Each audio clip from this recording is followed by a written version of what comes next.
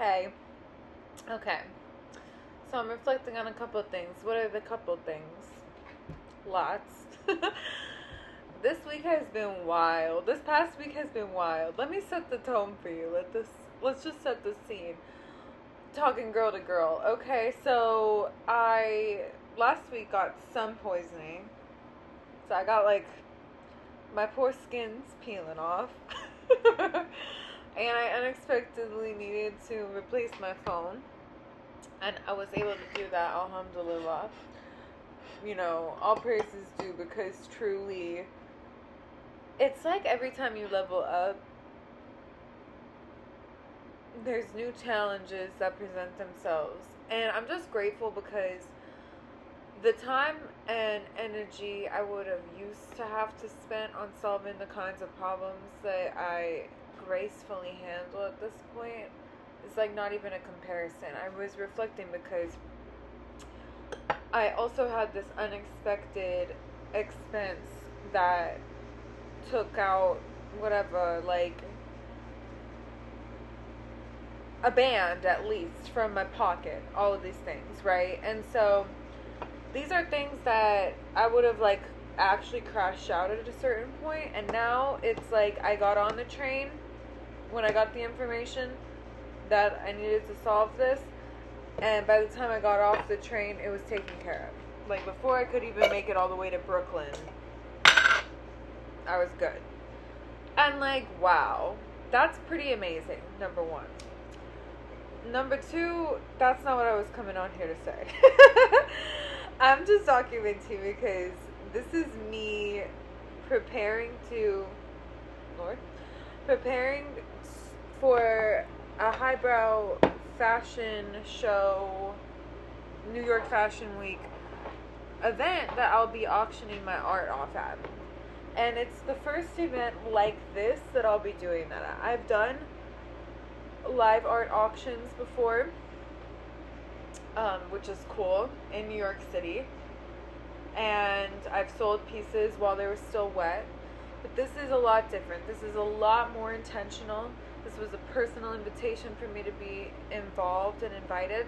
And the price points that I'll be auctioning the art off at are what my art is actually valued at. At least that's what the minimum bids will be for some of the pieces. So I'm really excited. And I don't want to say too much, but I will say that I've been in this flow, and all of the things that are being, my AC is so loud. Oh, okay, it's chilling out. I've been in this flow, and all of the things that have been presented to me recently are the most divinely aligned opportunities. I feel all of the conversations I have are just yes, yes, yes, yes, heavens, yes, heavens, yes. And when it's real because there are all these signs for confirmation, right? And you don't have to try too hard. It's just you set the intention and it's there. And I think it's interesting, take this art exhibit, for example. We went to go see the venue today, and oh my gosh, it's amazing. It's this gorgeous cathedral on the Lower East Side. It's an old synagogue. And it's a museum now, but it was once just this gorgeous, gorgeous synagogue. I mean, it still is, but it's now a venue for these types of events. I mean, amazing, truly. And it was on the same block as my first ever sublease in New York City. So as I'm walking down Norfolk on the Lower East Side, I cross to Stanton and we're there. And I'm wow. I think of the woman that I was then. She was hardly even a woman, just a girl. And compare that to who I am now, although I try to not compare. The growth, though, is remarkable. And I'm in this crossroads now, and I think I'll be looking back on this chapter of my life at some point and think of all of the the ways that I spread myself thin and try to understand the right path and just the journey of that. And I've been in this phase of, does this go on Life Flow Legacies page? Am I blending Art Heals Earth? Is Art Heals Earth even about my art? It feels like it should be more of a foundation. Like, which brand does this go under? And how do I offer this? And am I confusing the reader? And are there any readers? Is anyone listening? Does this even matter? And like refinement and refinement and refinement and refinement. And for what? A lot of the times it feels like. But I remind myself that it's all part of this beautiful path and journey. And as long as I keep staying true to myself and the surrendering to the alignment, that all of the things will flow, and it will feel like it almost happened by accident. At least that's how it's felt up until this point. And so even as I say that, and even as I think of posting this, I'm like, well, which channel does this go to? And will anyone even watch? But the thing is, I don't think I need to have all of those answers right now. The people that are surrounding me and are wanting to collaborate with me and work with me are doing so because they see something special in me. And I felt the need right now to document that. One, because I was inspired by my friend who I just listened to her video documenting her journey. And I think of all of the people that I'm surrounded by who know better than me in so many ways, who are more experienced than me in so many ways, and the ways that they want to be of service to me and bring forth their skill sets to uplift something that I'm doing, just because they see something raw inside of me that's unfolding and wanting to come through. And there's this gnawing inside of this determination. And I guess the last thought that I'll leave with, to keep this succinct, came through during Yoga Nidra. It's a deep meditation practice that is exercise for the mind. And you drop down into these beta waves in this state of subconscious and unconscious and conscious alignment.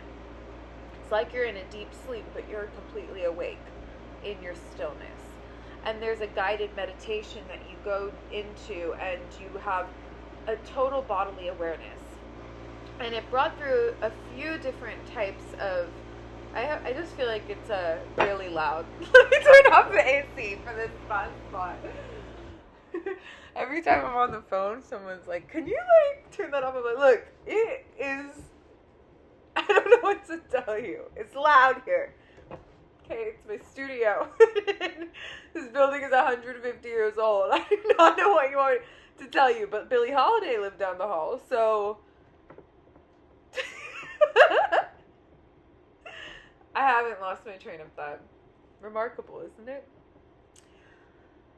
What I was going to say were a couple of points that came through from this Yoga Nidra experience, and that was that mind-body coherence is a sophisticated divination tool. Truly sophisticated. And it's a tool.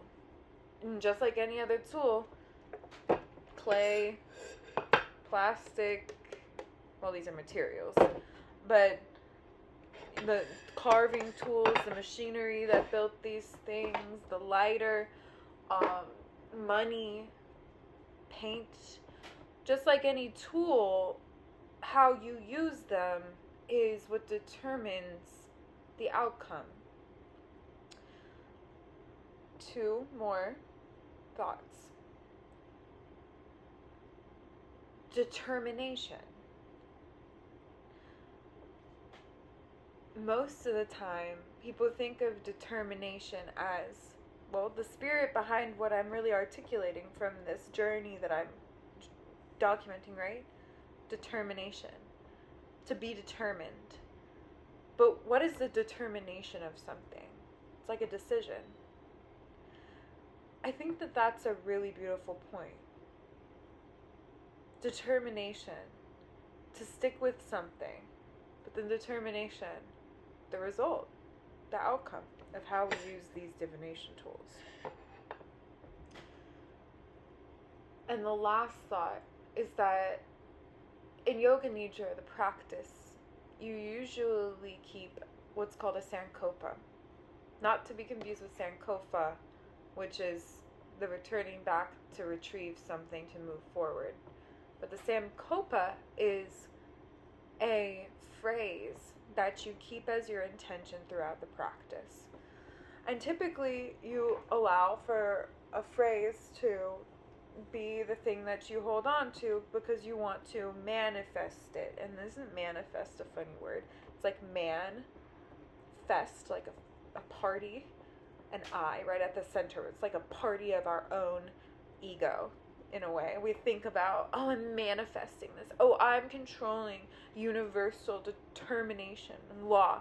I made that happen. I manifested it. I know that it's not the actual collective view of the word, but I think we lose sight of the fact that we're not in control. We might have awareness. We might see something come to fruition before it does. Or see and have visions and intuitions that there might be a gift in a way that we get to experience, but we didn't cause that. We might have tapped into the frequency and we might have done some kind of travel that made it quantum leap, but that wasn't us. That's not our power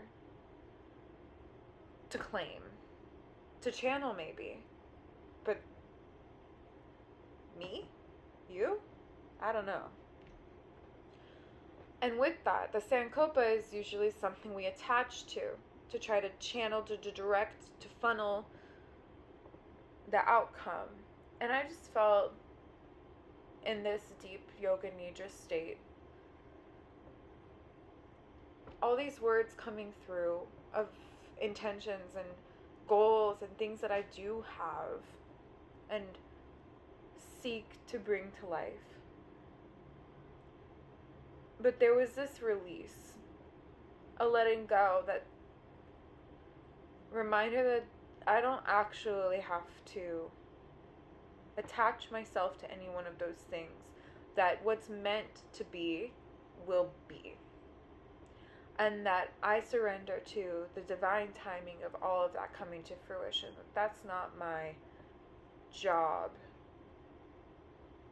or need or purpose to create some kind of intention and affirm it and affirm it and affirm it until it comes true. That I surrendered in those moments instead to just feel into the bodily awareness and the mind-body coherence as a divination tool, to let whatever is divinely created for me be, and to let it flow as it's meant to, when it's meant to, and that everything there for me, the wealth, the romance, the love, the friendship, the success, the career, legacy building, clearing all the traumas from the past, lineage development, growth, pregnancy, birth, health, whatever it might be, that I so badly want in this life, that I hold on to and cry for and pray for,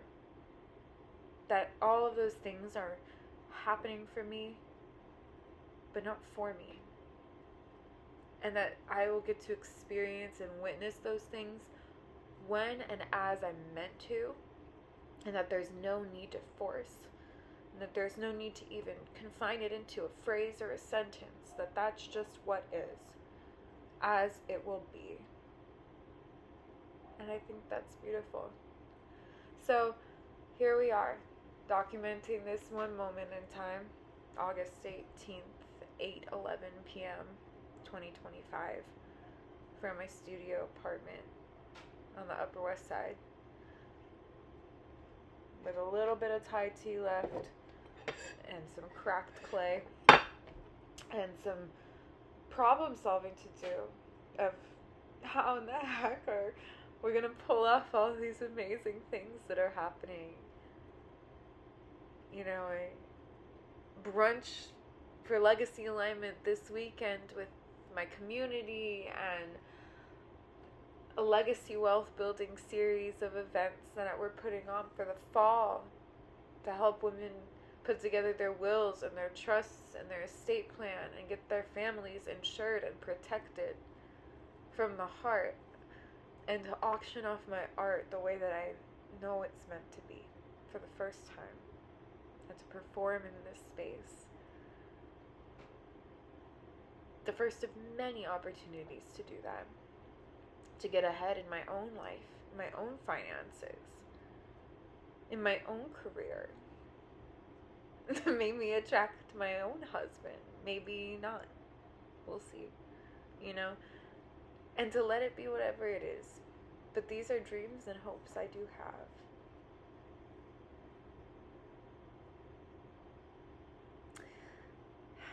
Inshallah. God willing. Okay. That's enough for now. I love you.